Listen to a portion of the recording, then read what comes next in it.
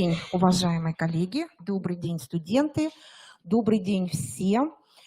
Сегодня у нас заключительный день методического форума «Педагог, профессионал, наставник». Сегодня у нас проходит достаточно интересный, насыщенный день, потому что у нас проходит две площадки. Одна площадка посвящена дошкольному образованию, на которой мы с вами сейчас находимся, и параллельно с нами проходит площадка по сопровождению семьи ребенка с ОВЗ в школьном обучении. То есть сегодня мы поднимаем достаточно такие насыщенные, и насущные вопросы по сопровождению детей с УВЗ в образовательном пространстве. Сегодня с нами будут представители ПМПК, Управления образования дошкольного города Сыктывкара, специалисты, которые работают с детьми с УВЗ, сопровождают эти семьи, непосредственно занимаются этой работой. Поэтому, если у вас есть вопросы, если будут возникать какие-то вопросы, то, в принципе, задавать вопросы рекомендуется, желательно. Я так думаю, что наши спикеры постараются ответить на все вопросы. После проведения нашего лекционного, так сказать, направления девочки наши замечательные специалисты покажут вам мастер-класс, в которых вы поучаствуете, попробуйте, посмотрите все, что они представили, ну и заодно побудете участником этого процесса. Сейчас я хочу пригласить для выступления Симптомову Светлану Ильгизовну, начальника отдела ТПМПК, Центр психолого-педагогического информационного сопровождения города Сыктывкара. Светлана Ильгизовна как раз-таки будет представлять ПМПК детей дошкольного возраста.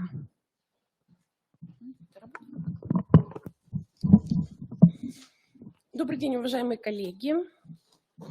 Значит, меня уже представили. Город Сыктывкар, территориальная психолого-медико-педагогическая комиссия дошкольная. Сейчас, так. Значит, я хочу рассказать о роли комиссии ТПМПК в организации сопровождения детей дошкольного возраста с ограниченными возможностями здоровья.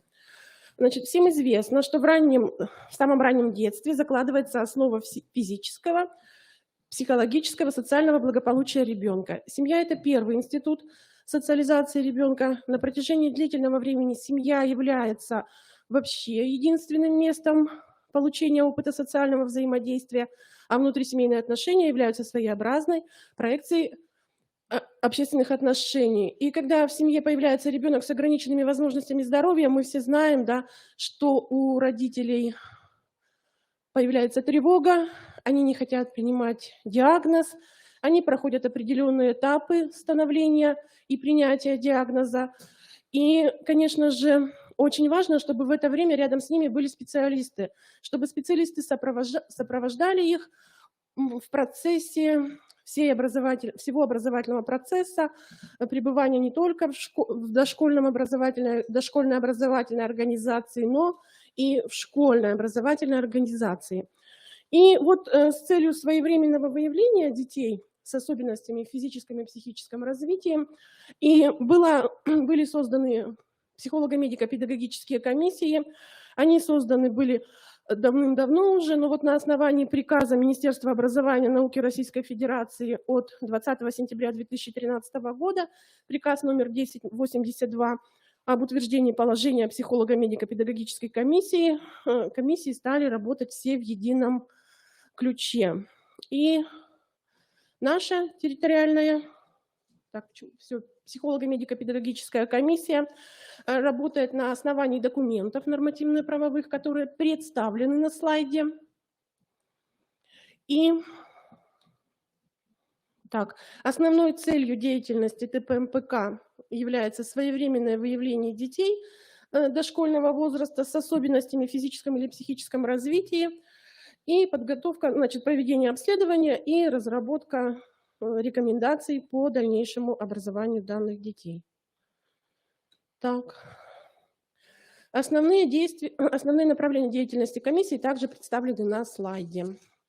Коротко пробегу быстренько. Проведение обследования, конечно же, и потом подготовка по результатам обследования рекомендаций по по оказанию детям психолого-медико-педагогической помощи, оказание консультативной помощи родителям, оказание содействия федеральным учреждениям медико-социальной экспертизы при разработках программ реабилитации ребенка-инвалида, осуществление учета данных о детях с ОВЗ и участие в информационно-просветительской работе с населением.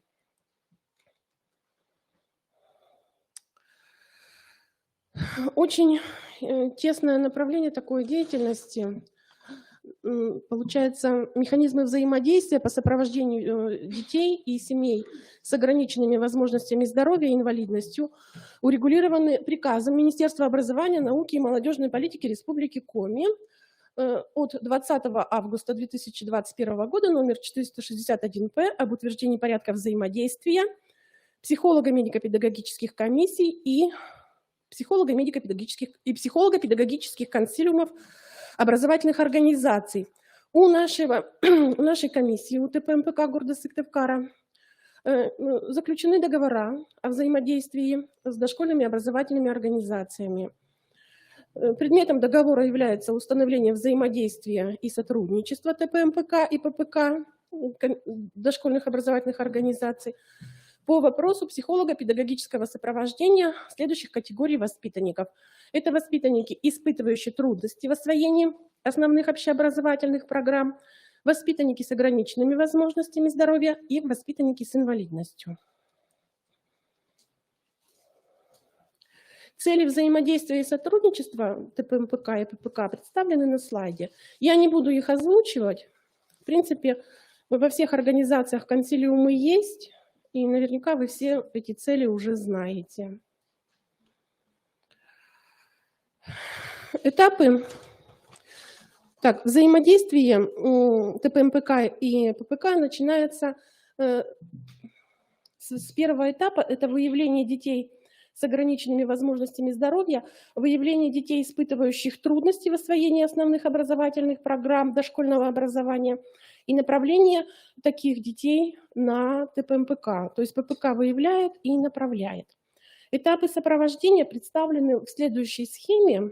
Я быстро по ней пробегусь, а потом на каждом этапе остановлюсь более подробно.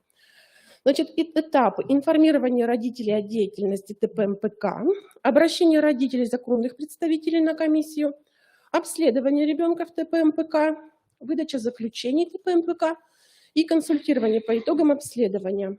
И дальнейшая работа по взаимодействию с дошкольными образовательными организациями. Следующий, самый первый этап – это информирование родителей о деятельности ТПМПК. Откуда родители могут узнать, что такое комиссия, что такое ТПМПК, и функции комиссии тоже они не знают, пока их с этим не познакомим. Таким образом, когда в дошкольной образовательной организации выявляются дети с проблемами освоения образовательных программ, проводятся консилиумы, и родителей направляют консилиум на комиссию. Ну, здесь вот родители, значит, из детского сада узнают о том, что есть такая ТПМПК, и они к нам приходят. Также информирование о деятельности идет через медицинские учреждения, медицинские организации. Когда они приходят на прием к педиатру, и педиатр видит, что с ребенком не все хорошо, что им бы надо пройти комиссию, может направить педиатр. Также, когда они проходят медицинские обследования у узких специалистов, у врачей, у невролога, у ортопеда, у офтальмолога, такие врачи тоже могут направить их на комиссию. Также о деятельности ПМПК родители могут узнать при личном обращении в комиссию. Просто они к нам приходят и говорят, либо звонят по телефону, либо лично обращаются. Получают первичную консультацию по телефону, что нужно сделать, какие документы собрать, где мы находимся и вообще, что это такое. Зачастую бывают такие звонки практически каждый день. Здравствуйте, меня к вам отправили. По какой причине вас отправили? Сказали, мне надо пройти комиссию. А почему вам надо ее пройти? Кто вас отправил? Вот сказали, что нужно пройти, что ребенок не говорит, ну там дальше идут какие-то еще проблемы. То есть вот бывают даже такие обращения. Естественно, мы рассказываем, что такое наша комиссия, что мы делаем, какие документы надо собрать. И, конечно же, отсылаем родителей к сайтам. На сайте Управления дошкольного образования есть ссылки на комиссию нашу территориальную дошкольную. И также на нашем сайте центра тоже есть страницы, раздел, посвященный территориальной психолого-медико-педагогической комиссии, где написан полностью состав комиссии, цели, задачи и все документы, которые нужны на комиссию, которые родители должны нам предоставить, они также находятся на нашем сайте в специальном разделе. То есть как родители, так и специалисты учреждений могут зайти, скачать форму характеристики, форму направления от образовательной организации, форму представления консилиума. Также можно скачать еще и выписку из истории развития ребенка с заключениями специалистов, и указан весь перечень тех специалистов, которых они должны пройти на комиссии. Вот. Получили они информацию, ну и непосредственно обращаются в ТПМПК. У нас в комиссии есть такая форма работы, как первичное консультирование специалистами ТПМПК родителей. Это консультирование включает диагностическое обследование и консультирование родителей. Консультацию проводят учитель-логопед, учитель-дефектолог, педагог-психолог и врачи, врач-ортопед и врач-офтальмолог. Каждый специалист по результатам своего обследования пишет представление. Это представление принимает участие в комиссии, в документах, которые представляются на комиссии, там это представление есть. Дальше, вот как раз на первичном консультировании специалисты могут определить, есть ли у ребенка проблемы, и нужно ли ему проходить комиссию, или достаточно просто пройти курс занятий у логопеда и исправить там нарушение звукопроизношения, например. Да? И тогда уже дается рекомендация, да, приходите на комиссию, родители собирают пакет документов. Когда пакет документов собран, приходят к специалисту ТПМПК и сдают пакет документов и записываются непосредственно на саму комиссию. Определяется дата проведения и время. У нас на комиссию сейчас очень большая очередь. Вот сейчас идет запись на начало ноября, то есть на целый месяц вперед. Ну, то на всякий случай. Мало ли, может, кому-то будет интересно. Обследование ребенка на комиссии. У нас и существует 3 формы работы комиссии. Обследование ребенка в центре, в кабинете ТПМПК. Хорошо. Вот, это основная форма работы. Существуют выезды в дошкольные образовательные организации. В дошкольные образовательные организации по заявке мы выезжаем. Если набирается достаточно большое количество воспитанников, которым нужно пройти комиссию, то тогда уже, да, мы выезжаем и проводим. В этом году у нас было 5 выездов. Обследовано было в эти выезды 60 детей. И такая еще услуга выезд в семью. То есть, когда ребенок находится, относится к маломобильным группам населения, да, он не может самостоятельно передвигаться, у родителей проблемы в доставке до комиссии, тогда они тоже просят, и мы выезжаем в семьи. Это бывает, конечно, очень редко, но такое тоже происходит. В обследовании принимают участие учитель, логопед, дефектолог, психолог, социальный педагог, врач-психиатр и врач-невролог. Обследование проходит в игровой форме и выдается заключение ТПМПК и консультирование по итогам обследования.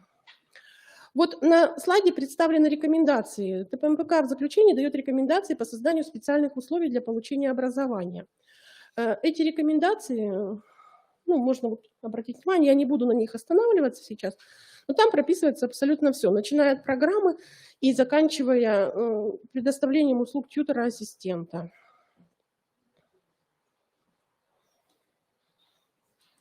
Так, мы зависли.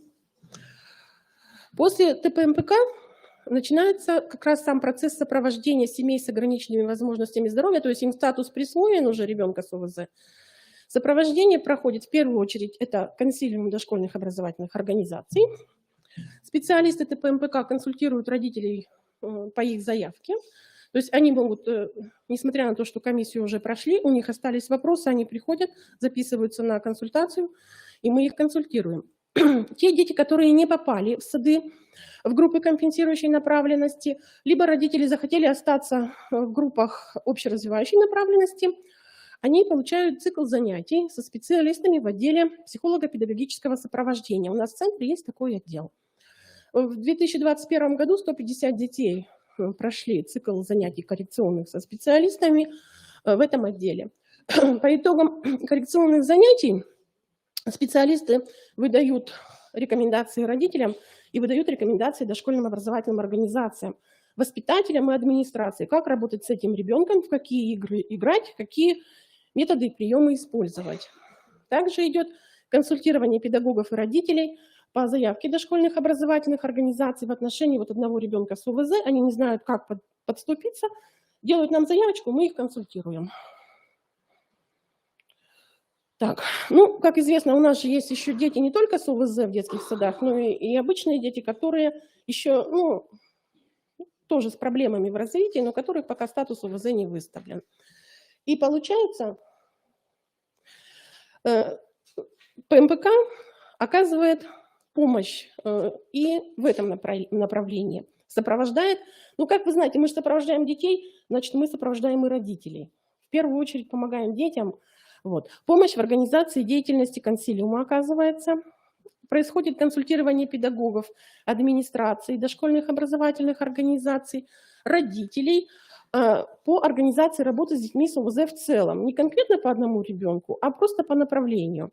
Выход специалистов в группы проходит. По заявке администрации, если в группе есть ребенок, который вызывает тревогу у педагогов, они пишут нам заявку, администрация детского сада, и у нас выходят группы для наблюдения. Это может быть педагог-психолог, может быть учитель-логопед. Наблюдают за ребенком, за его взаимодействием. Может быть, такие выходы есть еще за микроклиматом группы наблюдения. И тоже по результатам этого выхода также пишется справка, пишутся рекомендации в учреждении и проводится консультирование. Консультирование педагогов и родителей. Зачастую родители тоже просят выйти. И вот такая еще ветвь в нашей деятельности комиссии – это методическое сопровождение педагогов дошкольных образовательных организаций. И я считаю, что через сопровождение педагогов мы тоже сопровождаем родителей, потому что мы учим педагогов работать и с детьми с ограниченными возможностями здоровья, и с их родителями, потому что темы мероприятий, они самые разные, и сопровождение семей там тоже есть. Проводятся вот обучающие семинары для педагогов по работе с детьми с ОВЗ, совещания по организации деятельности консилиумов, мониторинг деятельности консилиумов. То есть ТПМПК, оно как бы курирует все консилиумы и очень хорошо наблюдает и участвует, помогает консилиумам при возникновении затруднений. На базе центра функционируют методические объединения специалистов психолого-педагогического сопровождения. Это методические объединения учителей-логопедов, учителей-дефектологов и педагогов-психологов. И специалисты территориальной комиссии, они тоже участвуют в этих методических объединениях, делятся своим опытом с остальными специалистами. Также ПМПК формирует банк данных специалистов психолого-педагогического сопровождения. То есть каждый год в начале года мы собираем все сведения о педагогах-психологах, логопедах, дефектологах, которые есть в наших детских садах. И при возникновении каких-то ситуаций мы всегда можем порекомендовать, что в таком-то детском саду есть вот логопед, можно к нему обратиться. Такой-то психолог, например, очень хорошо владеет информацией и может поделиться по работе с детьми с расстройствами аутистического спектра. И мы отправляем остальных специалистов и даже родителей на консультации к этим специалистам. Так. Ну, вот на этом, наверное, я нашу систему сопровождения всю раскрыла. На этом я закругляюсь, заканчиваю свое выступление. Наши контактные данные представлены на слайде. Телефончики все тоже указаны. У нас в центре пока сейчас 3 отдела. Отдел ТПМПК, отдел психолого-педагогического сопровождения и отдел информационно-методического сопровождения. Если какие-то вопросы возникают по сопровождению детей с ОВЗ, вот наш отдел ТПМПК всегда готов помочь. Можно позвонить, спросить, записаться на консультацию. Как вы, так и родители ваших деток. Поэтому есть у нас сайт. На сайте тоже очень много всякой полезной, интересной информации. Вот. Все, на этом я заканчиваю. Быстро. Да. Спасибо большое, Светлана Ильгизовна. Конечно, ПМПК это является первой ступенью по сопровождению ребенка с ОВЗ в образовательном пространстве.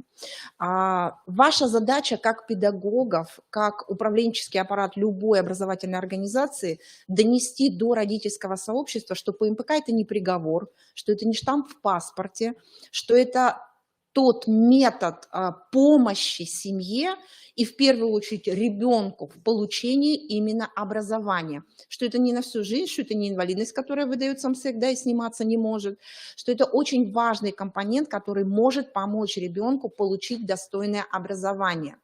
И вот это ваша самая главная задача – донести до родителей, что ПМПК – это обычная нормальная комиссия. Они же ходят на комиссии, допустим, свои профилактические какие-то, да, определить состояние своего здоровья, сами родители. Почему ребенка, да, не повести, вот страх какой-то появляется у любого родителя. Мы с этим сталкиваемся постоянно, но как бы в силу нашей работы именно Республиканского института развития образования мы стараемся донести информацию до педагогического, в первую очередь, сообщества и через консультационный центр родительский, что ПМПК – это очень важная ступень в образовании ребенка, именно ребенка с ОВЗ и инвалидностью. Сейчас я хочу пригласить к разговору специалистов детского сада номер 61 города Сыктывкара. Это Игнатова Ярослава Игоревна и Авасапян Злата Владимировна. Девочки не просто работают в дошкольном учреждении, учитель, логопед и педагог, психолог, они еще являются консультантами Республиканского консультационного центра. Выезжают с нами в районы, знают не понаслышке всю эту систему, да, видели, общаются с родителями, с педагогами. Поэтому, если у вас в процессе возникнут вопросы, задавайте. Прошу вас, Ярослава.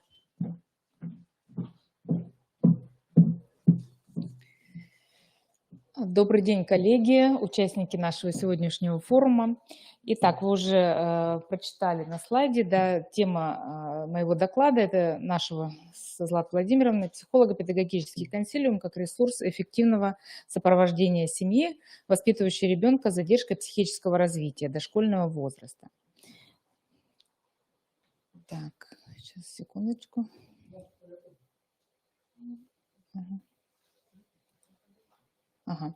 Одной из актуальных проблем в наше время является психолого-педагогическое сопровождение дошкольников с ОВЗ, имеющих задержку психического развития. Трудности выстраивания коррекционно-педагогического процесса связаны с тем, что категория детей с ЗПР многообразна и разнообразна по своему составу. К особенностям детей с ЗПР можно отнести слабо выраженную недостаточность центральной нервной системы, как органическую, так и функциональную. Причинами возникновения ЗПР могут быть различные биологические и социальные факторы. Биологическим факторам можно отнести недоношенность, инфекционные и хронические заболевания, негрубые внутриутробные поражения центральной нервной системы, не осложненные родовыми травмами. Социальными факторами может быть длительное влияние психотравмирующих ситуаций, ранняя социальная депривация. В дошкольном возрасте задержка психического развития может выражаться в слабо сформированных навыках самообслуживания, задержки в развитии общей и тонкой моторики, невнимательности, специфическими особенностями памяти и мышления, эмоциональной возбудимости, раздражительности. Эти дети не всегда могут спрогнозировать результаты своей деятельности, имеют низкий или неустойчивый познавательный интерес. В общении со сверстниками лучше идут на контакт с ребятами более младшего возраста, так как те их лучше принимают. В случае отрицательного опыта, постоянное отвержение и неудач у детей с задержкой психического развития могут появляться страхи перед детским коллективом, что может являться причиной формирования агрессивно-защитного типа поведения. Ну, это вот такая краткая характеристика, вы уже посмотрели, да? Так, наверное. Ага, все. Так, ведущим аспектом психолого-педагогического сопровождения является создание условий для успешного воспитания и обучения и развития ребенка на каждом возрастном этапе. Так, задачи психолого-педагогического сопровождения семьи.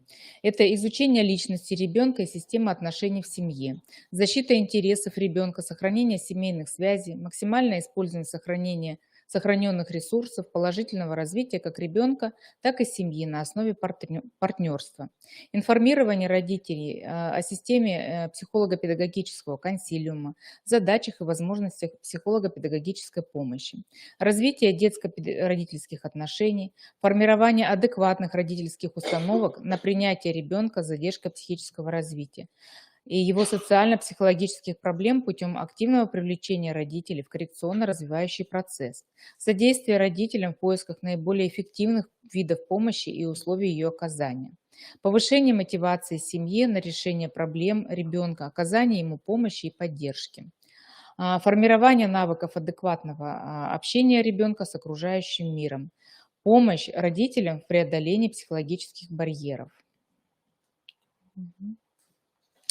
С целью оказания помощи семьям детей с особыми возможностями здоровья, с задержкой психического развития в нашем ДАУ организована деятельность психолого-педагогического консилиума. На основании распоряжения от 9 сентября 2019 года Министерство просвещения утвердило примерное положение о психолого-педагогическом консилиуме образовательной организации. Согласно положению, на базе образовательной организации любого типа, независимо от ее организационно-правовой формы, создается психолого-педагогический консилиум, дальше ППК, цель которого способствует созданию оптимальных условий для обучения, развития, социализации и адаптации учащихся посредством психолого-педагогического сопровождения.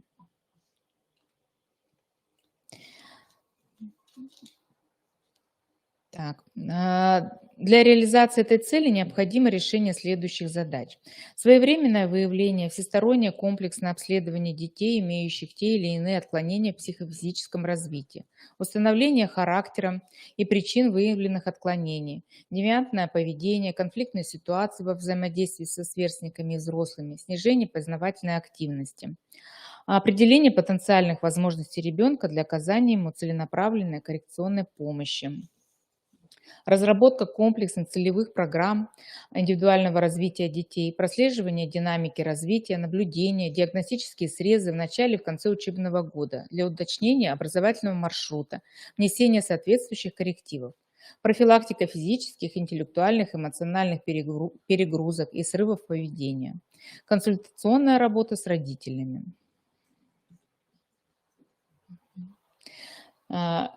ППК создаются приказом руководителя образовательного учреждения. В состав ППК входит председатель, это является заместитель руководителя организации, педагог, психолог, учитель-логопед, учитель-дефектолог, воспитатель, музыкальный руководитель, инструктор по физической культуре.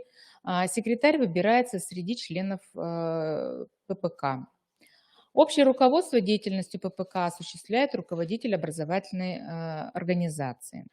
Консилиуму необходимо подготовить результаты комплексного обследования ребенка. В группах для детей с задержкой психического развития такое обследование проводит дефектолог, логопед, воспитатели, психолог, а также музыкальный руководитель и инструктор по физической культуре. Ну, если инструктора нет в дошкольном учреждении, то, конечно, воспитатели берут на себя эту функцию. Так. Ну и следующее.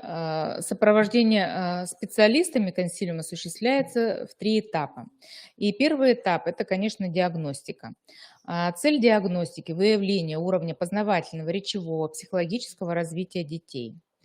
Дефектолог проводит педагогическое обследование ребенка, выявляет нарушения познавательной деятельности, составляет заключение по результатам обследования. Логопед проводит логопедическое обследование, изучает речевое развитие, речемыслительную деятельность, заполняет речевую карту и составляет также заключение.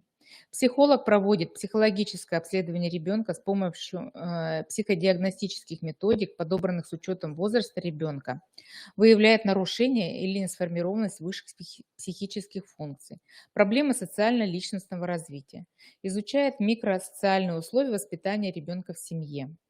Родительско-детские отношения, составляет заключения и рекомендации к психолого-педагогическому сопровождению ребенка и его семьи.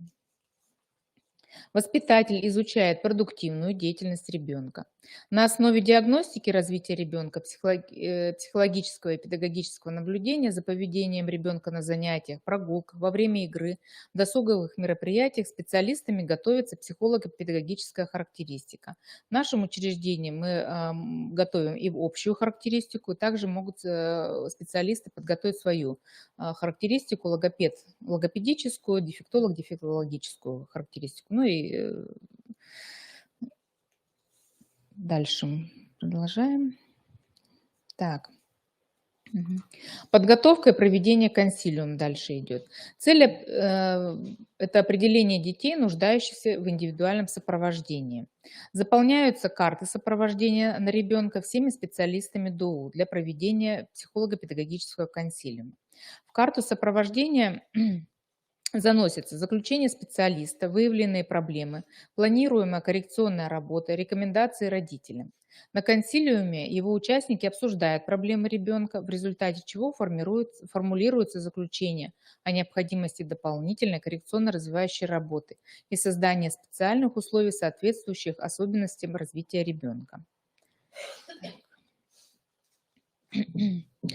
Этап второй – это составление индивидуальных учебных планов или адаптированной образовательной программы на определенного ребенка.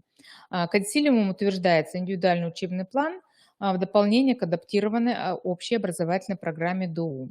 Ведущий специалист для детей с задержкой психического развития – это дефектолог у нас на группе. Знакомит родителей с заключением консилиума и индивидуальным учебным планом. На повторном консилиуме оценивается динамика в развитии ребенка. По результатам оценки индивидуальный учебный план признается либо завершенным, либо в него вносятся коррективы, устанавливается новый срок реализации. Ну, повторный консилиум, естественно, проводится в конце учебного года, когда мы уже прошли программу. Так. Ну и здесь расскажу сейчас о направлениях работы специалистов по разработке индивидуального учебного плана. Итак, дефектолог у нас занимается сенсорным воспитанием, элементарными математическими представлениями, ознакомление с окружающим, развитие психических процессов, ориентировка на себе и в пространстве. Логопед формированием звукопроизношения, развитие фонематического слуха, развитие слоговой структуры слова, обогащение словаря, формирование грамматических конструкций и развитие связанной речи. Психолог – эмоциональное личностное развитие, развитие психических процессов, развитие игровой и коммуникативной деятельности. Воспитатели занимаются у нас развитием мелкой моторики, рисование, лепка, конструирование, ручной труд, аппликация. Музыкальный руководитель проводит направление работы – это развитие ритма и ритмического слуха, развитие звуковысотного слуха, логаритмики. Инструктор по физической культуре – это развитие основных движений, развитие физических качеств. Следующий этап – это третий – ведение документации специалистов. Ведение документации обусловлено в нашем учреждении. Это положение документации специалистов МАДАУ детский сад 61. Каждая дошкольная организация, образовательная дошкольная организация разрабатывает свое положение о документации специалистов. Цель – это координация взаимодействия при планировании коррекционно-образовательной работы. Что у нас входит в документацию? Это расписание подгрупповых индивидуальных занятий на текущий учебный год, план лексических тем на текущий год, перспективный план индивидуальной коррекционной работы с детьми, индивидуальные тетради детей, дневник наблюдения за детьми, тетрадь взаимодействия учителя, дефектолога, учителя-логопеда с воспитателями группы, перспективный план работы с родителями на текущий год и журнал регистрации индивидуальных консультаций для родителей. Ну, сейчас раскрою все вот всю документацию, значит, составление расписания подгрупповых индивидуальных занятий и плана лексических тем. Это цель координации взаимодействия специалистов при планировании работы по лексической теме. Индивидуальные тетради детей. Индивидуальные тетради детей заводятся на каждого ребенка, заполняются после каждого индивидуального коррекционного занятия, проведенного специалистом, логопедом, дефектологом. Указывается дата проведения занятия. Задание может состоять из упражнений, выбранных специалистом на основании проблем, возникших у ребенка при изучении материалов. Дефектолог записывает в тетрадь задания по математике, по знакомлению с окружающим, на коррекцию развития психических функций. Логопед записывает комплексы артикуляционной гимнастики, лексический материал для автоматизации звуков, лексико-грамматические конструкции, фразы, тексты, стихи, загадки, схемы. Дефектолог и логопед записывают рекомендации для родителей и также комментируют выполнение заданий. Педагог-психолог дает рекомендации родителям во время индивидуальных консультаций.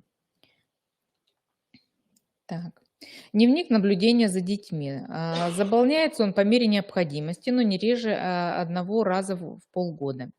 В данной документации отмечаются успехи ребенка, трудности, встречающиеся в усвоении программы, отмечаются психологические особенности ребенка, особенности поведения на занятиях и в контактах с детьми и взрослыми, отношение к занятиям, поведенческие отклонения, могут быть агрессия, эффективное состояние реакции протеста. Кроме того, анализируется посещаемость логопедических и подгрупповых занятий. Если коррекционное воздействие прерывается, то указывается причина и продолжительность перерывов. Особое внимание обращается на детей, вызывающих особую настороженность в плане дифференциальной диагностики. Следующая у нас тетрадь взаимодействия учителя-дефектолога, учителя-логопеда с воспитателями групп. Материалы, содержащиеся в данной тетради, помогут организовать понедельную работу воспитателей по заданиям специалистов в течение всего учебного года. Задания подобраны с учетом лексических тем в старшей подготовительной группах для детей с задержкой психического развития. Задание дефектолога направлено на формирование знаний об окружающем мире. Предлагаемые дефектологом игры и упражнения помогают воспитателям планировать коррекционную работу по развитию психических процессов у детей с ЗПР. Немаловажное значение отводится систематической работе по формированию элементарных математических представлений у детей с ЗПР. Задания логопеда направлены на развитие общей артикуляционной и мелкой моторики, формированию правильного речевого дыхания, автоматизации звуков речи. Упражнения направлены на расширение словарного запаса и формирование грамматических категорий, способствуют развитию грамматически правильно оформленной связанной речи. Немаловажным является задание, способствующее развитию фонематического восприятия и подготовки детей к обучению грамоте. Все задания и упражнения воспитатели могут использовать дифференцированно, учитывая психофизические особенности и индивидуальные возможности детей по своему усмотрению компоновать и дозировать. Так, перспективный план работы с родителями на текущий год. Цель работы с родителями – это найти индивидуальный подход к каждому ребенку и обогатить воспитательский опыт родителей, совершенствовать партнерские отношения родителей со специалистами, воспитателями группы, с ДОУ путем выявления общих интересов, всесторонняя поддержка семьи в вопросах воспитания и коррекционной помощи детям, использование эффективных технологий в работе с родителями, построенных на психолого-педагогическом партнерстве. План работы с родителями составляется на основе результатов коррекционного обследования воспитанников, программы, реализуемой в группе, компенсирующей направленности, запроса родителей. Оформляется все в виде таблицы, включающей следующие графы: формы работы, тематика, сроки, отметки о выполнении. Ну и журнал регистрации индивидуальных консультаций для родителей. В журнале регистрации фиксируется дата проведения индивидуальной консультации, фамилия, имя ребенка, краткое содержание рекомендаций специалиста. Подпись родителей. Обсуждая с родителями вопрос о необходимости наблюдения и лечения у ребенка у специалистов, медицинских специалистов, рекомендуется указывать в журнале сроки прохождения консультаций. Родители, воспитывающие ребенка с задержкой психического развития, могут столкнуться с разными трудностями. В первую очередь, родители, как правило, имеют недостаточно информации и пытаются сами справиться с проблемой, что в свою очередь может отрицательно отразиться на взаимоотношениях родителя с ребенком. В связи с этим так важна консультативная и профилактическая работа с родителями. Это позволяет повысить педагогическую грамотность родителей, а также помогает родителям вовремя заметить трудности у ребенка, легче принять его особенности и выбрать наиболее оптимальный образовательный маршрут. Консультативная и профилактическая работа с педагогами позволяет избежать профессионального выгорания у педагогов и выработать единую траекторию работы с ребенком. Таким образом, благодаря комплексному психолого-педагогическому сопровождению ребенка с задержкой психического развития можно достичь положительных результатов решения задач развития, обучения и воспитания ребенка, что способствует благоприятному переходу дошкольника с задержкой психического развития к начальному общему образованию. У меня все. Спасибо большое. Ярослава Игоревна вам представила достаточно такой подробный план, которые можно использовать в своей работе. Сразу хочу как бы сказать, что если есть разрешение, да, то мы, наверное, все-таки разрешим некоторым людям скачать ваши презентации, если вам не проблематично. Хорошо.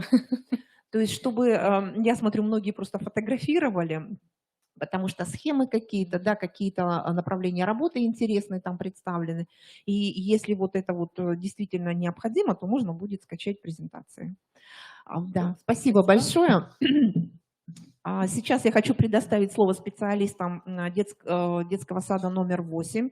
Это у нас специализированный детский сад, куда приходят детки различных нозологических групп, в том числе детки с нарушением аутистического спектра. Достаточно сложные детки с тяжелыми нарушениями.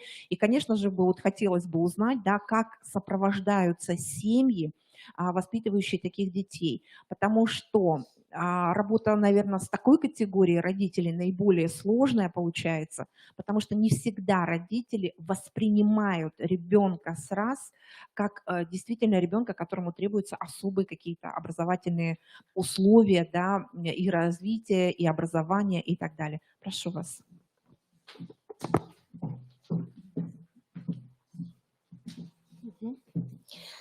Добрый день, уважаемые слушатели. Хотим предоставить наш опыт работы по теме сопровождения семей, воспитывающих ребенка с расстройствами аутистического спектра в условиях дошкольной образовательной организации. Одним из важнейших аспектов комплексного подхода к развитию детей с расстройством аутистического спектра является непосредственная работа с родителями. Для любого ребенка семья – это самое главное в жизни. Это то, с чего жизнь начинается, где закладываются основы будущего. А для ребенка, имеющего расстройство аутистического спектра, это особенно актуально. Такие дети большую часть своей жизни проводят в кругу семьи, причем это круг достаточно узкий и замкнутый.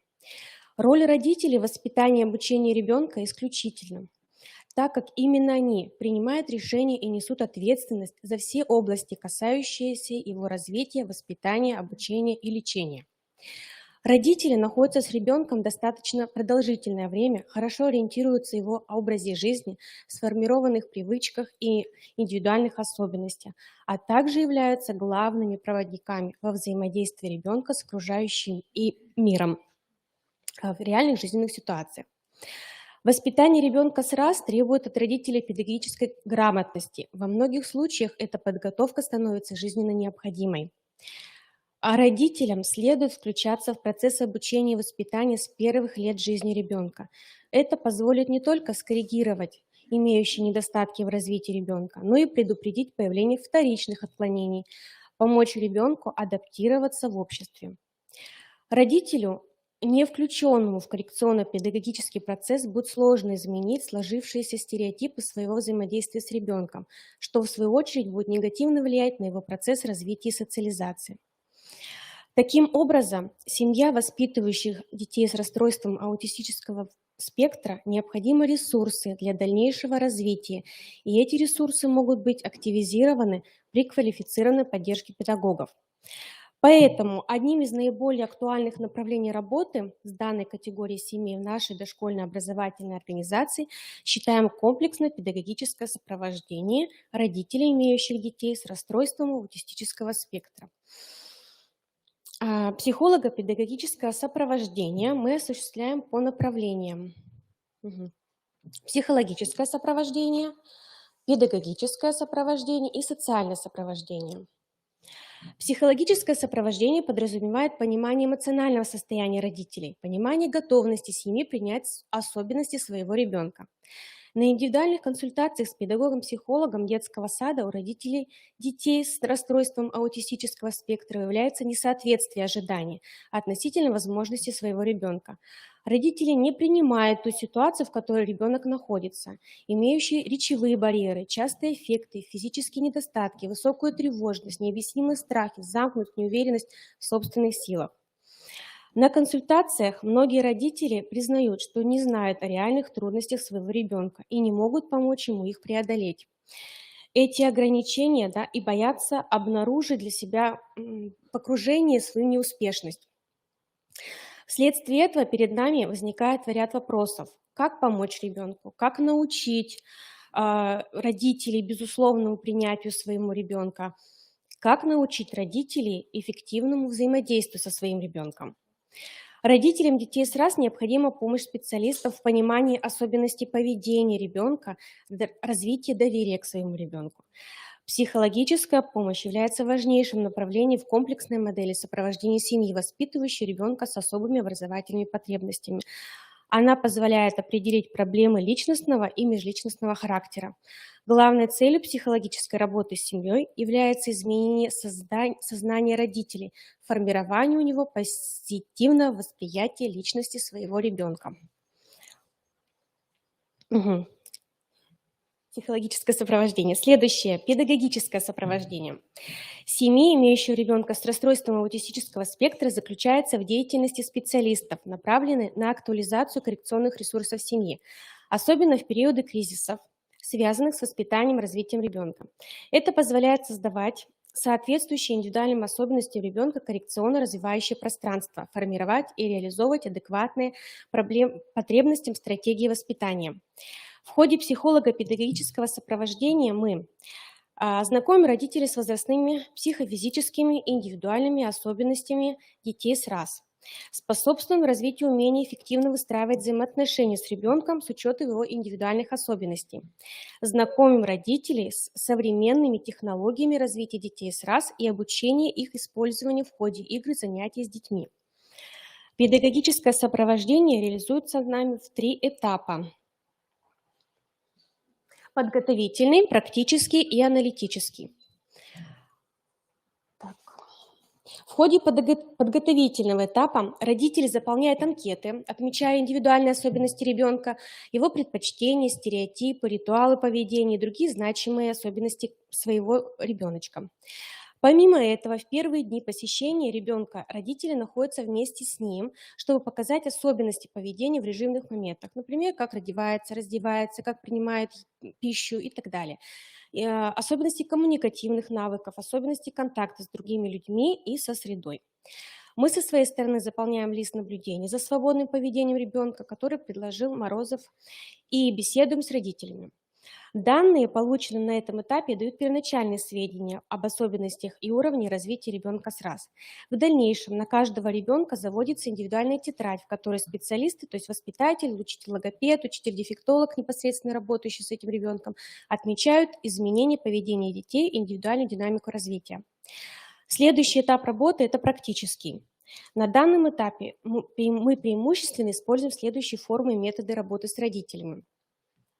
Это непосредственно участие на занятиях. То есть не будем скрывать, что на начальных этапах работы с детьми с РАС мы наблюдаем со стороны родителей некоторое недоверие относительно результативности занятий, а именно наличие положительного реагирования на разные виды деятельности, проявление активности родителей.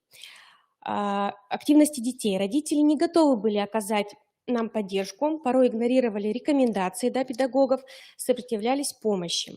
В то же время родители отмечают, что не могут справиться с ребенком дома и не знают, в какие игры можно поиграть и как вообще чему-то научить своего ребенка.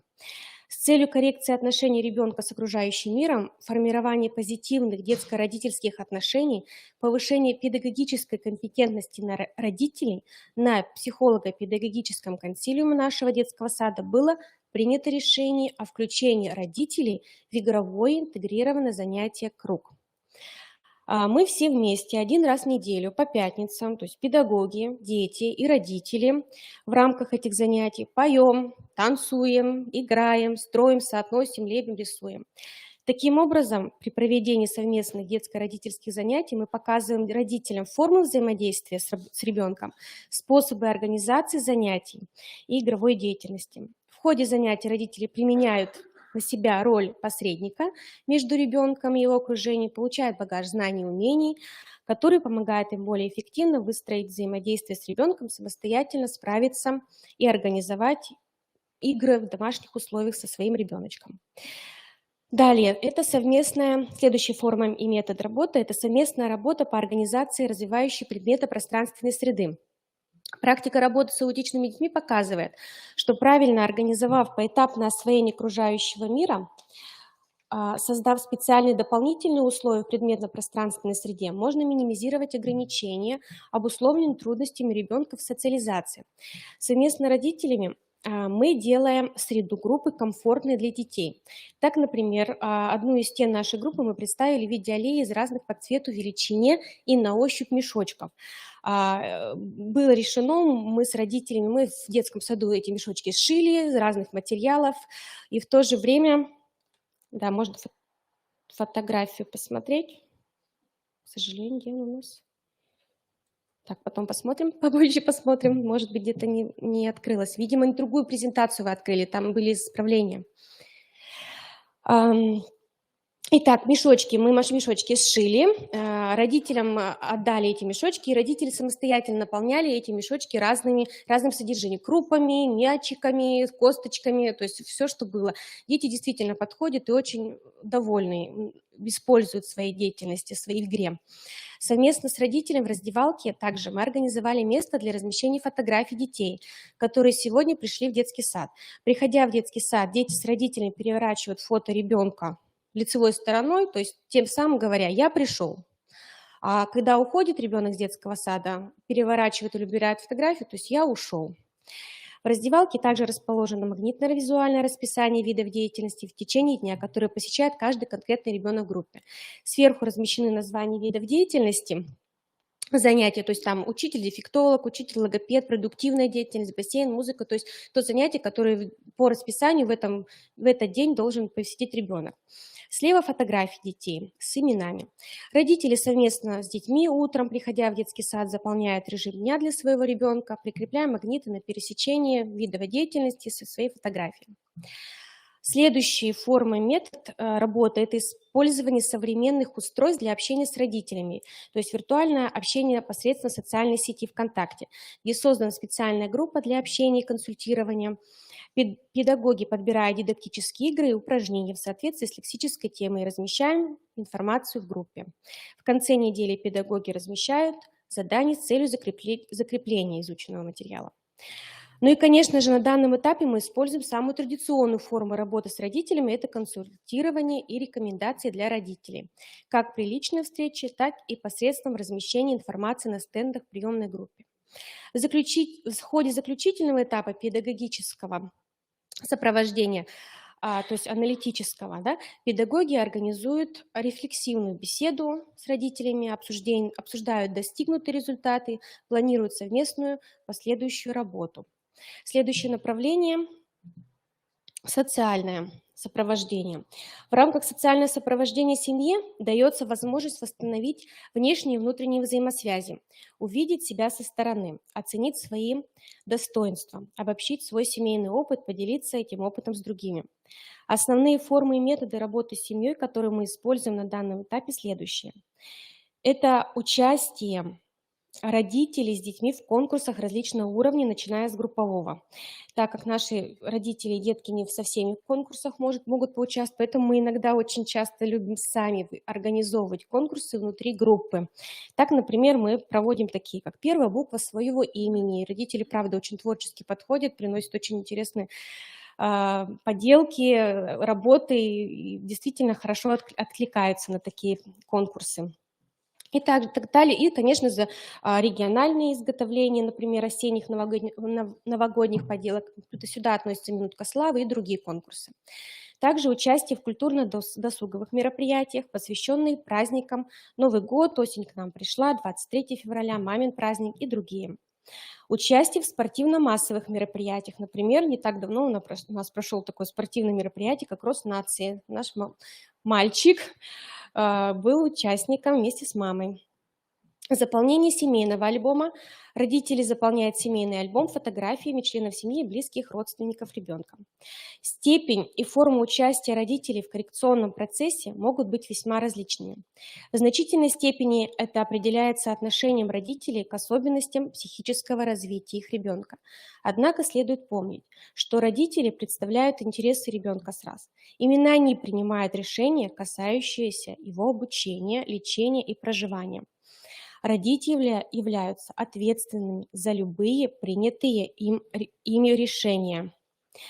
Опыт совместной работы с родителями в группе детей с расстройством аутистического спектра позволяет отслеживать положительную динамику. Родители становятся более компетентными, используют актуальные приемы взаимодействия со своими детьми, испытывают легкость в общении и чаще появляются в обществе, начинают делиться своими успехами между собой, родителями и с окружающими. Комплексное психолого-педагогическое сопровождение – это особый способ помощи семье в преодолении актуальных для нее проблем воспитания и развития ребенка с раз. Важно именно помогать, направлять родителей при решении проблем, а выбор и ответственность остается за семьей. Спасибо за внимание. Спасибо большое. Уважаемые коллеги, вот есть все контакты. Девочки всегда открыты к диалогу. Можно обратиться в любой момент за помощью, если возникает какой-то вопрос, да, получить какую-то консультацию. Если вдруг возникает такой вот, назревает такая необходимость. Специалисты все там работают не первый год, работают с различными категориями детей, да, различные нозологические группы.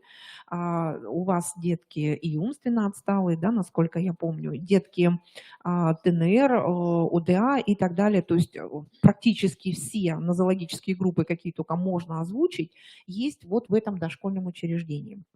Сейчас я хочу предоставить слово специалисту, который на сегодняшний день работает только уже в нашем консультационном центре, но очень много лет отработала в этом дошкольном учреждении.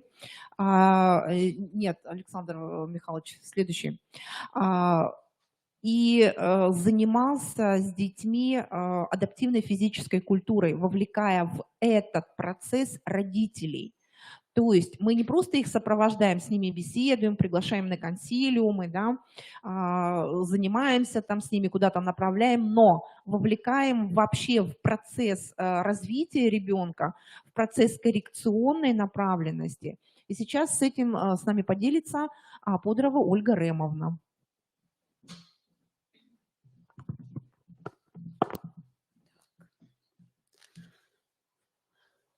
Добрый день, участники нашего мероприятия. Тема моя – взаимодействие специалиста по адаптивной физической культуре и родителей в коррекции двигательной сферы детей дошкольного возраста с нарушениями опорно-двигательного аппарата. Так, вот с такой аппаратурой. Так, сейчас. У вас здесь все видно? Да, хорошо, хорошо. Более 30 лет я проработала с детьми с заболеваниями опорно-двигательного аппарата. Это дети с ортопедическими заболеваниями, дети с последствиями детского церебрального паралича, где первичными являются двигательные нарушения, нарушения сопутствующими эмоционально-волевой сферы, поведения, интеллекта, речи, зрения и слуха. За время работы в специализированном детском саду мной разработаны программы «Суставная гимнастика для всех возрастных категорий детей в соответствии с лексической темой данной возрастной группы», коррекционно-развивающая игра «Зверобика» для старшей возрастной группы, проект организации коррекционно-образовательной работы с детьми с ОВЗ, развитие координации и движения пальцев рук на занятиях адаптивной физической культурой. Какие же категории детей с заболеваниями опорно-двигательного аппарата? Это дети с неврологическими заболеваниями, с поражением головного мозга, дети с детским церебральным параличом, у которых первичными являются двигательные нарушения.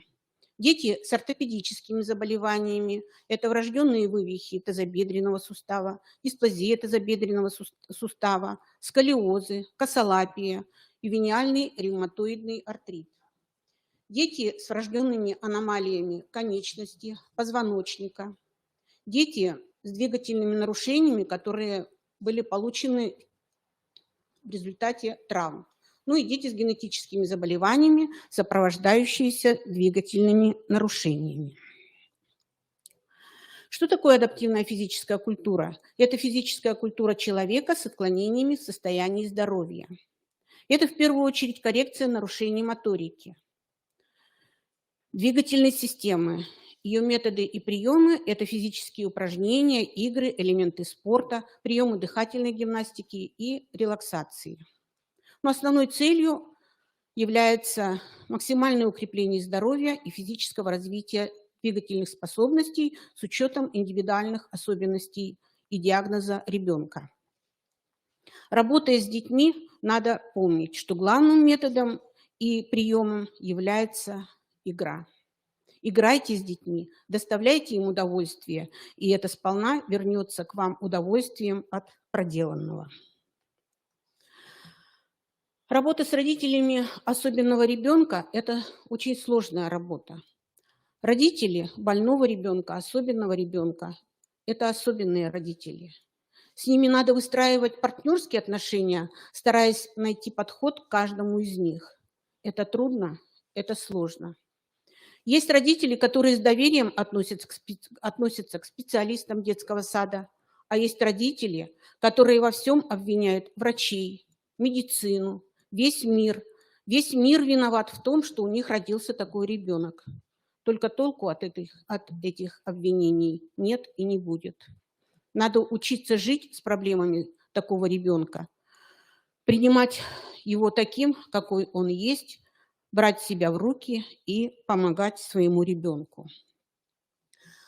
Надо запомнить, что никакие усилия врачей, медсестер и массажистов, никакие новейшие методы реабилитации не смогут помочь ребенку, если его родители не поставят перед собой задачи помогать ему.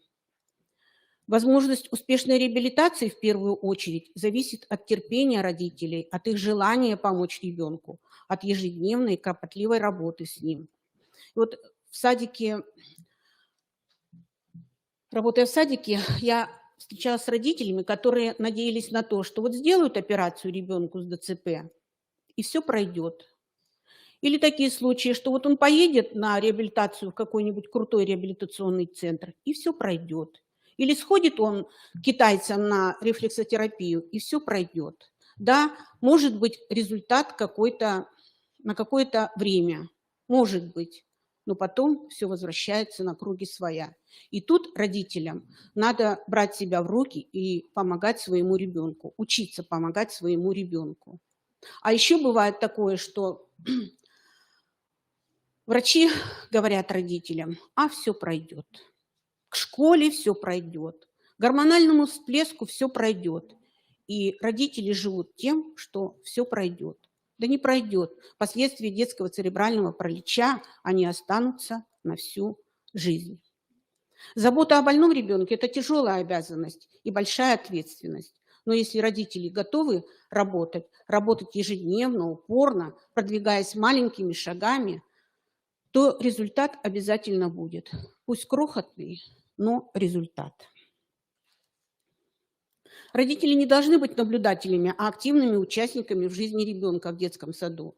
Только партнерские отношения родителей и педагогов смогут сделать жизнь особенного ребенка интересной, увлекательной, приносящей пользу как физическому, так и психологическому здоровью. Когда родители приводят особенного ребенка в детский сад, конечно, у них в первую очередь бывает страх за ребенка. Как он без мамы будет жить в садике, как к нему будут относиться, как он адаптируется к новым условиям. Здесь важна роль педагога, который на время пребывания в детском саду заменит его маму. А специалистам и родителям необходимо работать рука об руку для создания комфортных условий пребывания ребенка во имя здоровья ребенка. Какие же формы работы специалиста АФК с родителями? Это консультации для родителей о двигательном режиме в детском саду, мастер-классы, индивидуальные встречи с родителями, как делать растяжки, как разрабатывать суставы, папки-передвижки с рекомендациями для родителей, ведение дневников наблюдений за изменениями в двигательной сфере ребенка, знакомство родителей с диагностикой двигательной активности, изготовление атрибутики для занятий, участие в проектной деятельности, совместные посещения мероприятий в детском саду, ну и, конечно, посещение родителями занятий. Ну вот сегодня я вас познакомлю с одной из форм совместной работы родителей и специалиста по адаптивной физической культуре, коррекционно-развивающей игре «Зверобика». На эти занятия родители ходили с удовольствием, потому что они вместе с детьми играли. А мы говорили о том, что одним из приемов АФК является игра. Зверобика – это игра превращения в кого-нибудь из представителей фауны. Почему называется коррекционно-развивающая? Да потому что наряду с общеразвивающими задачами решаются задачи по коррекции двигательных нарушений. Кроме того, дети получают знания о жизни животных, их повадках, узнают, например, как охраняют животные свое потомство, как они готовятся к зиме, как строят свое жилище и чем питаются. Работая с детьми с нарушениями опорно-двигательного аппарата, надо было искать вот именно такие формы занятий, чтобы ребенку было интересно заниматься. Не дрессировать детей, а пробудить в них желание двигаться, сделать так, чтобы дети получали удовольствие от занятий. Ну, толчком для создания такой программы стало участие в семинаре «Система развивающей терапии». Проводил ее врач-педагог Лазарев Михаил Львович. На своих лекциях он рассказывал, как с помощью музыки и движения можно восстанавливать здоровье детей. Из его методики я взяла раздел кинезиопластика. Кинезио – это движение. Цикл песен «Музыкальное путешествие» стал основой игры «Зверобика». Каждое занятие – это увлекательное путешествие в зоопарк, где живет слон, в лес, где прячется от волка ежик, в деревню, где можно увидеть корову или козу. Можно отправиться в путешествие на морское дно или на ковре-самолете улететь в Африку. Добравшись до Австралии, попрыгать, как прыгает кенгуру, а на болоте устроить лягушачий хор. На занятиях мы строим муравейник, как это делают муравьи, или летаем в поисках цветочной поляны, как это делают пчелы. Превратившись в верблюда, ищем в пустыне озеро, чтобы напиться воды. Можем превратиться в хитрую и коварную змею, которая высматривает свою жертву. Из занятий дети узнают, что кошка – это гибкость, а лев – это сила, слон – это мощь, а змея – это хитрость, муравей и пчела – это трудолюбие. Использование этого удивительного дара природы позволяет увеличить двигательную активность ребенка, укрепить его здоровье. И особенно на занятии раскрываются дети с последствиями детского церебрального паралича. Запас их двигательных возможностей очень мал, движения неуклюжи, они порой не знают в силу своего заболевания, как сделать то или иное движение. На занятии дети раскрепощаются. Они не Маши, Вовы, Пети, а львы, слоны, черепахи и кенгуру. Свои руки они превращают в крылья лебедя или уши слона, ладошки в уютную колыбельку для маленького муравьишки, а пальцы в коготки попугая. На занятии мы много говорим о доброте, о нежности, о заботе. Например, в муравьиной семье есть муравьиные няни, которые заботятся, нянчат маленьких муравьишек. Что же рекомендуется родителям? Родителям рекомендуется сходить с детьми в зоопарк или посмотреть фильмы о жизни животных. Рекомендуется почитать книги о жизни животных, почитать стихи и послушать песни про животных. Рекомендуется к занятию подготовить для ребенка игрушку, а если это невозможно, например, найти игрушку павлин, то в интернете найти картинку с изображением павлина. А может, кто-то из родителей сам нарисует павлина или пингвина. Родители приносили на занятия лисьи воротники, приносили перья птиц, папа-охотник как-то приносил чучело белки, приносили даже, когда была тема рыбы, приносили даже маленьких рыбок в банке. Родителям давалось заранее в интернете найти, например, следы медведя или зайца, найти или придумать загадку про животное, в которое будем превращаться, или найти объяснение названия животного, например, почему так называется воробей или медведь. На одно из занятий приносили глобус, где мы находили места проживания того или иного животного. Например, где находится Африка, где живут веселые обезьянки, где находится Антарктида, где живут пингвины. Использование музыкального сопровождения, игрушек, просмотр видеороликов о жизни животных помогает ребенку войти в образ животного. Ему легче будет выполнить то или иное упражнение. Какие же коррекционные задачи решаются? Коррекция осанки. На каждом занятии у стойки «Проверь осанку» проверяли осанку, чтобы сформировать привычку держать правильную осанку. Вот, например, тема «Обезьянка». На ковре-самолете надо долететь до Африки, где живут веселые обезьянки. Но можно долететь только тогда, когда все сидят с красивой осанкой.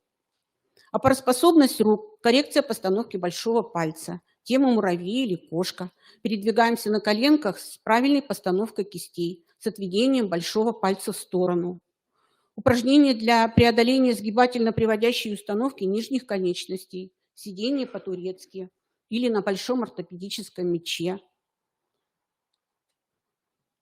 Опороспособность стоп, ходили грузно, как слоны, в теме слон. Упражнения для преодоления сгибательно-пронаторной установки предплечья, тема сказочные птицы, надевали на руки рукавички птички и делали упражнения на супинацию и пронацию предплечья. Укрепление мышц стоп, например, захватывали пальцами ног веточки и строили муравейник для муравьев. Упражнения на мелкую моторику, рвали кусочки бумаги и прятали птенцов от хищников. Упражнения для шейного отдела, упражнения на дыхание, усовершенствование тактильных ощущений, когда гладили ладошками различные поверхности. Ну вот несколько фотографий. Уселась кошка на окошко и стала лапкой ушки мыть. Детям с церебральным параличом очень сложно пораженной рукой, например, правой рукой, дотянуться до левой руки. Вот именно в таких случаях необходима помощь взрослого. Если родитель присутствует на занятии, он помогает ребенку, сложно ребенку правой рукой достать левое ухо. Здесь нужна обязательно помощь. По жаркой пустыне идет караван верблюдов в поисках озера. Здесь коррекция постановки кисти. Надо ладошку свою расположить на колени так, чтобы были расправлены пальчики. Был в сторону отведен большой палец. В зоопарке живут сказочные птицы. Преодоление сгибательно-пронаторной установки предплечья. Птички-рукавички, дети поворачивают рукавичку. То птичка смотрит на них, то птичка отворачивается. Или тема лебеди. На озеро прилетели лебеди. Здесь укрепление мышц спины и живота. Посмотрите, как дети стараются. Очень трудно сделать такое движение. Тем не менее, кто как может, надо наклониться и поднять свои руки вверх. Лебедь прячет птенцов от хищных птиц. Берем бумагу и на киндер-сюрприз надо наложить кусочки мелкой бумаги, чтобы спрятать птенца от хищника. А у пингвинов есть свой детский сад, куда приводят их родители-пингвины, чтобы научить птичьим премудростям. Посмотрите, как стараются дети. После того, как рассказала им о том, что маленького пингвиненка, когда он еще находится в яйце, вынашивает папа, высиживает папа. И как потом мама и папа вместе отводят птенчика своего в детский сад для того, чтобы он научился укрываться от сильного ветра, прятаться от стужи. Ну и в заключении занятия обязательно отдых. На ковре котята спят, просыпаться не хотят, крепко спят спина к спине и мурлыкают во сне. Ну и, конечно, после зоопарка обязательно бонус. Смайлики, картинки, которые приносили родители.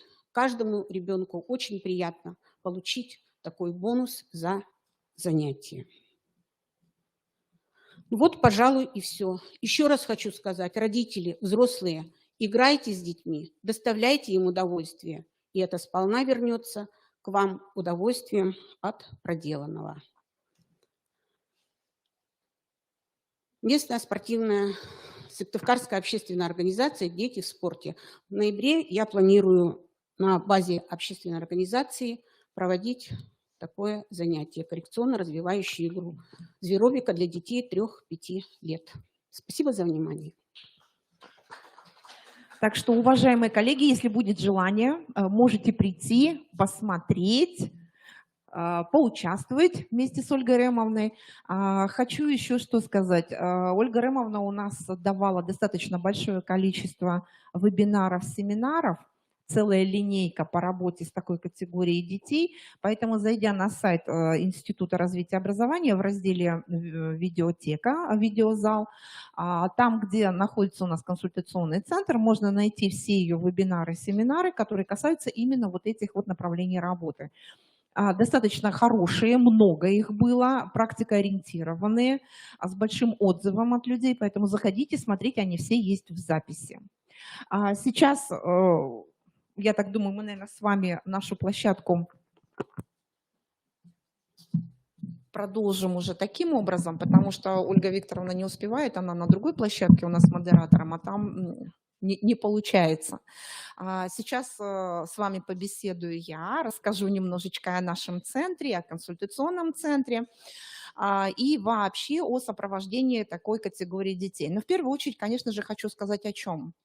Я как руководитель Центра психолого-педагогического сопровождения специального инклюзивного образования Института развития образования хочу сказать вот о чем. Мы, естественно, занимаемся в первую очередь, конечно же, сопровождением педагогического коллектива. Мы работаем в первую очередь с педагогами. Методическое сопровождение, какие-то консультации, семинары, вебинары, профессиональные переподготовки. Мы всегда ждем к нам. Мало того, по любому вопросу, обратившись к нам в институт, вы можете получить консультацию совершенно бесплатно. То есть вот у вас возник вопрос, да, по какому-то там направлению работы с каким-либо пришедшим ребенком в учреждение, вы можете к нам прийти, мы с вами обсудим, посмотрим и выведем какие-то определенные направления работы, на что стоит обратить внимание, какие-то шаги построим, да, что делать, куда обратиться, может быть, какую-то информацию новую получить и так далее. Центром также проводится достаточно огромное количество вебинаров, семинаров по различным темам, в том числе по составлению АОП различных категорий детей, по составлению индивидуальных планов, по работе с родителями, по работе, допустим, в учреждении, если мы сопровождаем какого-то ребенка. У нас очень хороший есть такой план работы, как линейка вебинаров, семинаров для молодых специалистов, где мы рассказываем логопедам, дефектологам и психологам, которые только пришли в образовательную организацию, что нужно делать, на что стоит обратить внимание, какова должна быть документация, чем аргументировать, допустим, тот или иной документ, да, на что обратить внимание, как провести занятия и так далее и тому подобное. То есть вот эти все нюансы, целая линейка вебинаров, пожалуйста, для молодых педагогов, она вся в записи. И сейчас мы продолжаем, вот буквально в этом месяце у нас будет еще один. О чем хочу еще сказать? О Республиканском консультационном центре. Я не буду много о центре рассказывать, потому что мы уже неоднократно о нем говорили. Многие с ним знакомы. Вот. Хочу только сказать об одном, что мы работаем с 2019 года. Центр консультационный, он по вопросам развития, воспитания, обучения и социализации детей с ОВЗ-инвалидностью в первую очередь нацелен на родительское сообщество. То есть мы в консультационном центре консультируем родителей по любому интересующему вопросу. Возник вопрос, вот ребенок, да, не знают они, что с ним делать. Направляйте к нам, мы найдем, куда их перенаправить в крайнем случае. Но консультирование у нас ведут те же квалифицированные специалисты, которые работают в различных образовательных организациях не только Сыктывкара, но и всей республики. Допустим, если мы понимаем, что у нас нет такого специалиста конкретно в Сыктывкаре, мы можем обратиться по онлайн, где родители могут получить консультацию, допустим, в другом городе нашей республики. Допустим, мы знаем, что есть очень хороший психолог у нас высококлассный в Усинске. Без проблем можно как бы переадресовать и получить там консультацию. Ну, это так в общих чертах, да. Далее, проводим консультации бесплатно, это самое главное, индивидуально. То есть у нас нету каких-то групповых таких вот кучек, да. Родитель приходит или звонит к нам, пожалуйста, или пишет к нам, записывается, когда ему удобно, приходит, мы делаем подбор специалиста под конкретную ситуацию, и специалист уже занимается. Мы иногда те, кто перенаправляем, мы даже не знаем, с каким вопросом приходят родители, потому что вся эта информация конфиденциальная. То есть что важно для родителей? Что это конфиденциальная информация. То, чего чаще всего родители боятся, и почему они не идут на ПМПК, почему они не приходят к психологам, к дефектологам, почему они не приходят к педагогам в образовательной организации. Они не хотят говорить о том, что у них есть проблема. Они этого боятся. Чаще всего родители закрываются, но это психологический такой вот, да, фактор любого родителя, которому сообщают, что у него такой ребенок. Это нормально для них. И вот чтобы получить какой-то толчок для дальнейшего действия, если у вас возникают вопросы, звоните, либо направляйте к нам, мы уже в этом вопросе поможем вам и поможем дальше продвинуться. Что еще хотелось бы сказать? Консультационный центр, понятно, что для всех категорий родителей, у кого есть дети от 0 до 18 лет, то есть без разницы, это дети ОВЗ или дети нормотипичные, то есть абсолютно все равно. В том числе мы оказываем услуги для тех, кто желает принять на воспитание в семью ребенка. Мы можем перенаправить, можем что-то посоветовать, провести консультирование, да, если есть такая необходимость. Следующее, ну, это то, что мы оказываем услуги какого вида, да. Консультационный центр осуществляет выездные консультации по запросу управления образования или образовательной организации. То есть образовательная организация пишет заявку на Институт развития образования в консультационный центр или управление образования, что еще лучше, и пишут, что они хотят осуществить выездное консультирование специалистами родителей, таких, ну, у себя на базе, там-то, такого-то числа, допустим, да, вот предполагается. Мы уже там созваниваемся, обговариваем и решаем, сколько специалистов нам с собой привести, в каком количестве их привести и кого больше. Допустим, может быть, больше нужно психологов или больше логопедов. Зависит от того, чего хотят увидеть и получить родители. Параллельно с этим мы проводим семинары для педагогов. То есть, выезжая куда-то, мы не только консультируем родителей, мы еще и работаем с педагогическим коллективом, объясняя, кто такие дети УВЗ, чем они отличаются от детей-инвалидов, почему для них нужно обязательно пройти ПМПК и что это такое вообще ПМПК. Да, для чего оно нужно? Для чего нужно психолого-педагогический консилиум создавать в учреждении? Что это в первую очередь, конечно же, это основной орган, да, который помогает работать с родителями. То есть это такая некая база, которая помогает переложить мостик, да, от педагога к родителю, чтобы впоследствии сопровождать эту семью грамотно, правильно, в том направлении, в котором следует. Дистанционные консультации, очные консультации, письменные. То есть если вдруг какой-то запрос письменный, пожалуйста, можем подобрать и ответить. На сегодняшний день появились у нас еще консультирование диспетчерского характера. Это консультации, когда если к нам звонят, допустим, да, или приходят, и человек не понимает, куда ему нужно идти, педагог, родитель, без разницы, мы даем такую некую адресную базу перенаправления. То есть вот вам нужно обратиться, допустим, к неврологу. Неврологи у нас детские есть вот там. То есть мы даем полную развертку, то есть все адреса, телефоны. Вот это называется диспетчерское консультирование. То есть мы перенаправляем куда-то. Ну, это то, что мы оказываем психолого-педагогические, консультативные и методические консультации.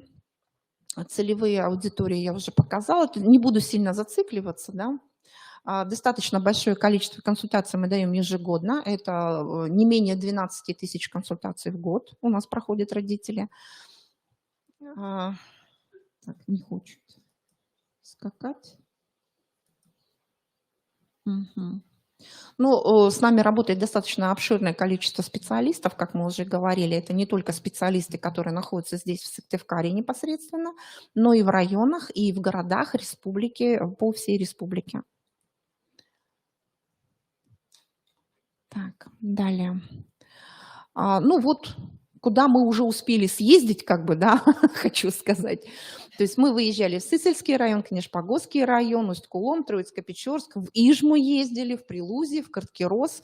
Вот буквально недавно были в Карткиросе второй раз. Там уже нас просто запросили, очень хотели.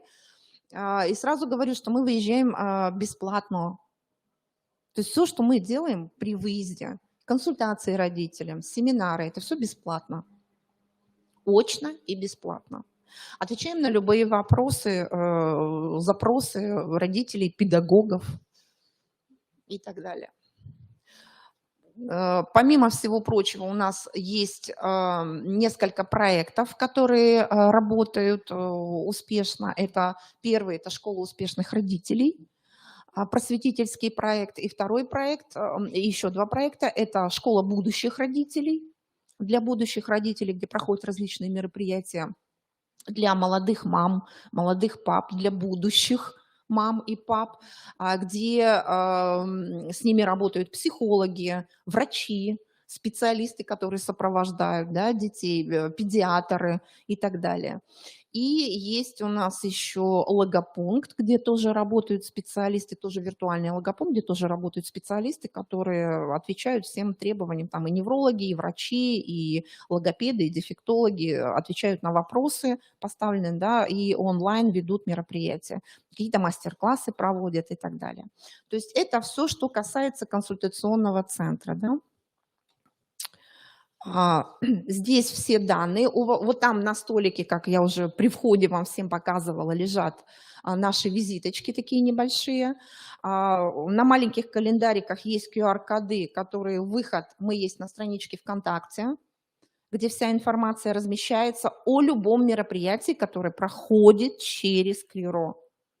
Любое мероприятие, родительское собрание, вебинар, семинар, выездное мероприятие, там все освещается и дополнительно интересная информация, которую вы можете скачать для себя и использовать либо в своей работе, либо в работе со своими детьми и дома. То есть там все есть. И страничка наша консультационного центра. На страничке консультационного центра есть все специалисты, которые с нами работают. И если у вас есть желание, допустим, обратиться к конкретному специалисту, вы можете там записаться к конкретному специалисту, получить консультацию у конкретного специалиста. Даже у тех девочек, которые сегодня у нас тут выступали. если вас что-то заинтересует.